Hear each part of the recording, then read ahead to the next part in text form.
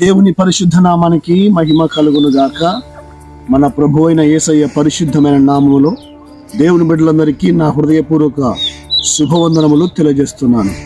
దేవుని పరిశుద్ధ బైబిల్ గ్రంథములో మీకా గ్రంథము 7వ అధ్యాయము 7వ వచనంలో ఒక మంచి మాట రాయబడి ఉంది.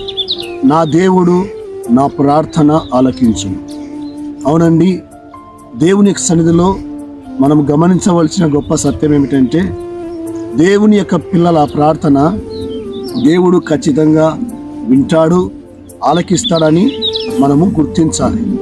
ఎందుకంటే మన దేవుడు ప్రార్థన ఆలకించువాడు, ప్రార్థన చెవి ఎగ్గువాడు, ప్రార్థనకు ప్రతిఫలం అనుగ్రహించువాడు, ప్రార్థనలన్నీ సఫలం చేయువాడని బైబిల్ మనకు స్పష్టంగా తెలియజేస్తుంది. అడిగిన వాటికంటే, ఊహించు వాటికంటే, తలంచిన వాటికంటే మన దేవుడు గొప్పగా మన జీవితంలో మన ప్రార్థన ఆలకించి సహాయం చేయవాడు. ఎందుకంటే ఆయన మన ప్రార్థన వినటానికి చెవి ఎగ్గి ఉన్నాడని ప్రభు యొక్క సన్నిధిలో మనము గుర్తించాలి.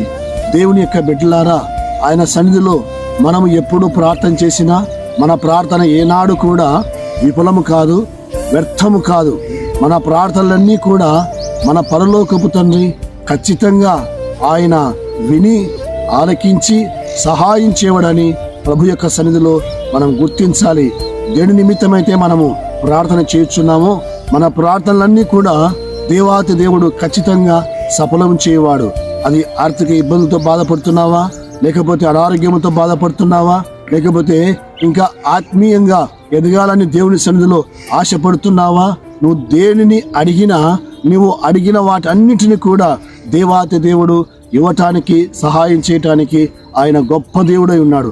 అయితే మన ప్రార్థన ఎలాగా ఉండాలంటే పరిశుద్ధమైన ప్రార్థనగా ఉండాలి, యథార్థమైన ప్రార్థనగా ఉండాలి, నీతితో కూడుకున్న ప్రార్థనే ఉండాలి, తగ్గింపుతో కూడుకున్న ప్రార్థనే ఉండాలి, వినయం కలిగి విధేయత కలిగి ప్రభు యొక్క సన్నిధిలో మనం ప్రార్థన చేసే వారిగా ఉండాలి.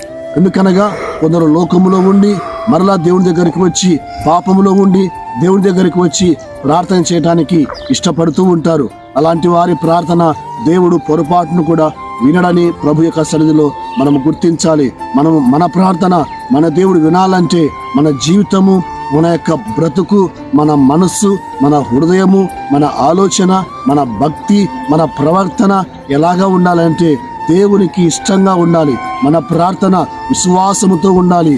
దేవుని యొక్క సన్నిధిలో దేవుని పిల్లలు ఎవరు వచ్చి ప్రార్థన చేసినా వారి ప్రార్థనకు దేవుడు ప్రతిఫలం ఇస్తాడు. ప్రార్థన తులసివేసే దేవుడు